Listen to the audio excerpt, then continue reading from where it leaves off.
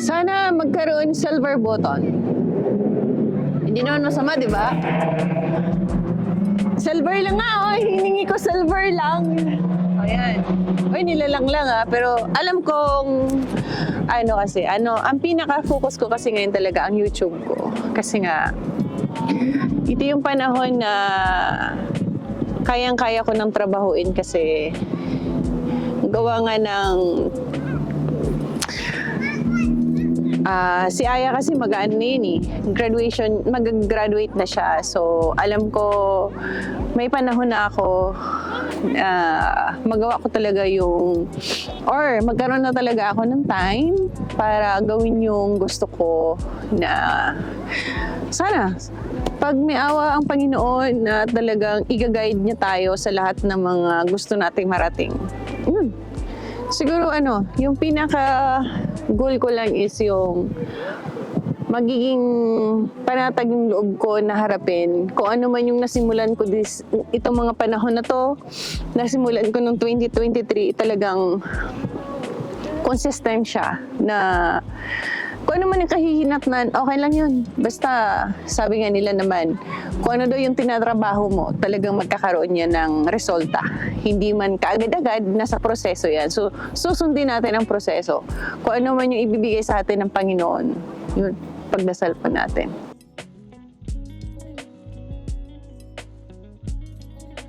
Parang parang teenager lang. How's your love life? Parang ganon. Bukya. Bukya in terms na wala kasing panahon, walang time.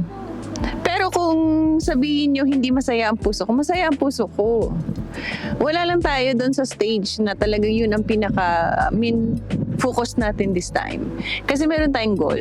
So, kanya-kanya tayo, kanya-kanya kami ng mga focus sa ngayon. So, ang love life ko ngayon ang ka-adventure. Sabihin nyo na naman, de nga. O yan, di ba? So, pero, andun pa rin. Masaya ang puso ko, hindi malungkot. Kasi, may mga tao pa rin naman talaga na nasa likod ko, kaya lumalakas yung loob ko. Kumbaga sila yung naging inspirasyon ko para gawin tong mga ganito. Kumbaga, isa sila sa dahilan bakit nagkumapal ang mukha ko. Kasi sila yung nagpapalakas ng loob ko. Lalo na kayo, mga ka-adventures na nanonood sa akin. Ayan, nadagdagan pa si Direk. Kumbaga, hindi ko kailangan ng love life pa na masasabi mo talagang kung ano man tawag ng Direk. Tanda na ako. mag-44 na ako. So, yung pinaka-focus ko ngayon is yung marami akong matulungan. Marami pa akong na maging blessing sa ibang tao or hindi lang sa anak ko. Hindi sa maraming tao. Maraming love life. Pero kung tatanungin niyo ako kung masaya puso ko, yes! Oo naman! Sa tanda ko to, hindi ko pa makukontrol kung ano yung magpapasaya sa akin. Masaya ako in terms na kasi minsan yung pain na yan, huwag mo na lang indahin. Indahin mo na lang, kung tanungin mo na lang sarili mo, bakit ka nasasaktan? Ang sagot doon, kasi nagmahal ka. So kaya mo pa?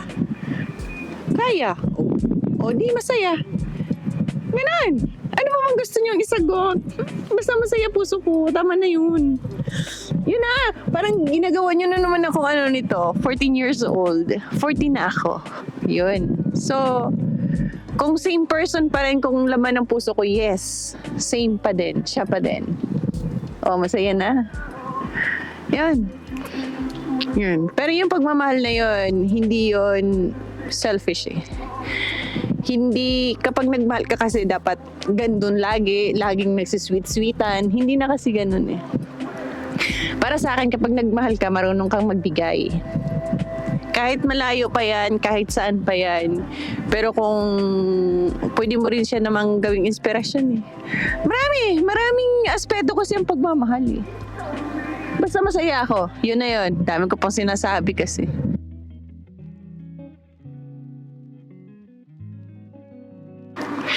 Sa experience ko, sa mga pinagdaanan ko. Kasi ang tawag nun? Para sa akin ngayon, hindi ko kailangan ng tao o bagay para lumakas ang loob ko.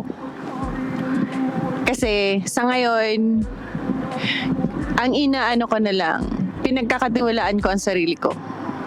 Sa sarili ko rin ako kumukuha ng lakas ng loob. Alam mo kung bakit? Kahit nga minsan anino natin iniiwan tayo eh.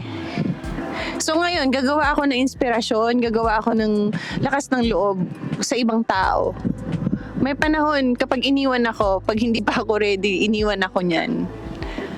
Masasaktan lang ako. So anong magiging, Magiging, ang tawag nito? Ano ang magiging kalalabasan nun? Bagsak pa rin. So this time, kumukuha ako ng lakas sa mga experience ko, sa anak ko, sa ka-adventure, sa inyong lahat na nandyan para sa akin. So, at saka pinaka sa sarili ko talaga. Kailangan kong pagkatiwalaan this time ang sarili ko.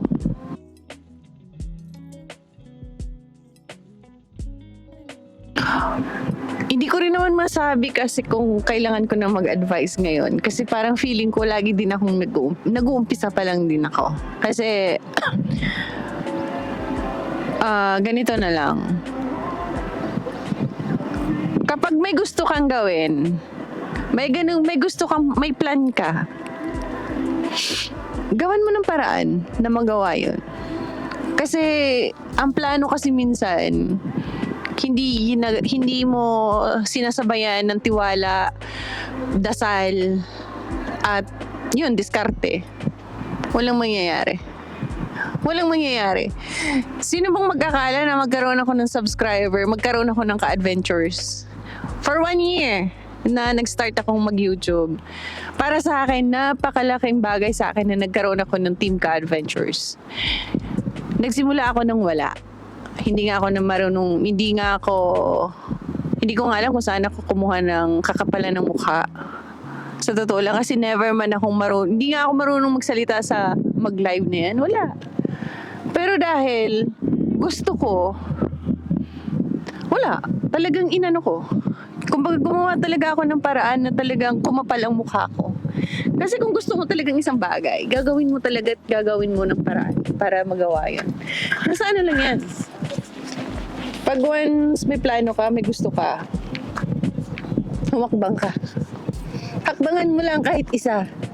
Pag once na ano mo na yun, na-clear mo yung isang hakbang na yun, sundan mo ulit. Hakbang ka ulit. Pag na-clear mo yun, hanggang gaganahan ka na. Kasi makikita mo, hindi mo naman makita kaagad yung Hindi mo siya kaagad makita na, ayan na success. Hindi. Marami kang pagdadaanan. Marami ka rin pagdadaanan na, ano ba yan? Oo maraming diskriminasyon na mangyayari pa. Maraming pagsubok na pagdadaanan mo, pero dapat kailangan mong humakbang. Hakbang ka lang.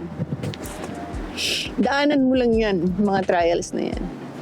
Humakbang ka lang ng humakbang. Doon, sa goal mo na yun. Walang imposible. Sabi ko nga sa inyo, di ba? Pumunta ako ng Japan na walang-wala. Pero tingnan nyo naman, umabot ako ng 20 years. Baka plus 20 years ulit. Di ba? So, ganun lang, hakbang lang. Huwag mong indahin kung yung panghuhusga. Huwag mong indahin yun. Gawin mo na lang inspirasyon yun. Ano na yun kung mag-given na yun.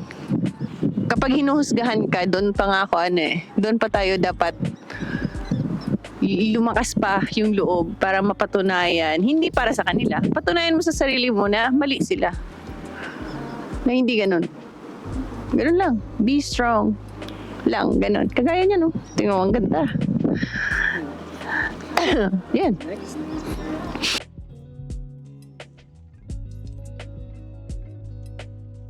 Panghusga.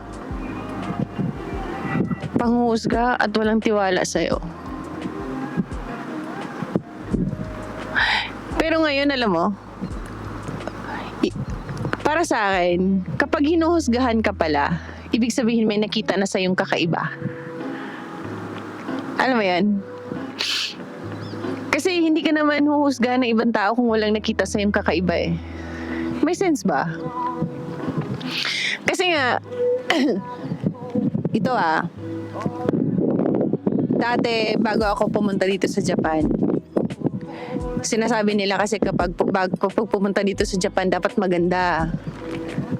Maganda yung balat. Maganda lahat. Marunong kang kumanta, marunong sa lahat. Ako, ano man lang ako noon. Alam mo ba yung balat ko na super itim pa, na galis kasi, alam mo yung, ano ba yun? Kasi walang lotion, super dry. Wala. Ano ba panlaban ko noon? Wala. Wala akong bang ano dun. Tapos, naalala ko pa noon na hinusgahan ako kasi wala. Wala sa mukha ko noon na makapunta ng Japan. Kasi ang lagi nilang sinasabi kapag papunta sa Japan, maganda. Yun lagi ang dinidikdik sa sarili mo na hindi ka maganda, hindi ka ganun. Pero doon ako na-challenge sa sarili ko nung nag-exam kami sa POA ba yun? May exam kasi. Lahat ng kasama ko magaganda yan. O yun, mga, ewan ko nga, dyan pa kayong lahat ngayon. Hindi pala yan sa kagandahan minsan. Nasa diskarte mo yan. Nasa katatagan ng loob mo. Kung talagang gusto mo, na talaga yung isang bagay na yun, talagang gagawin mo ang lahat para makapunta ka talaga dun sa bagay na gusto mo or makamit mo yung mga gusto mong mangyari sa buhay mo. Yun.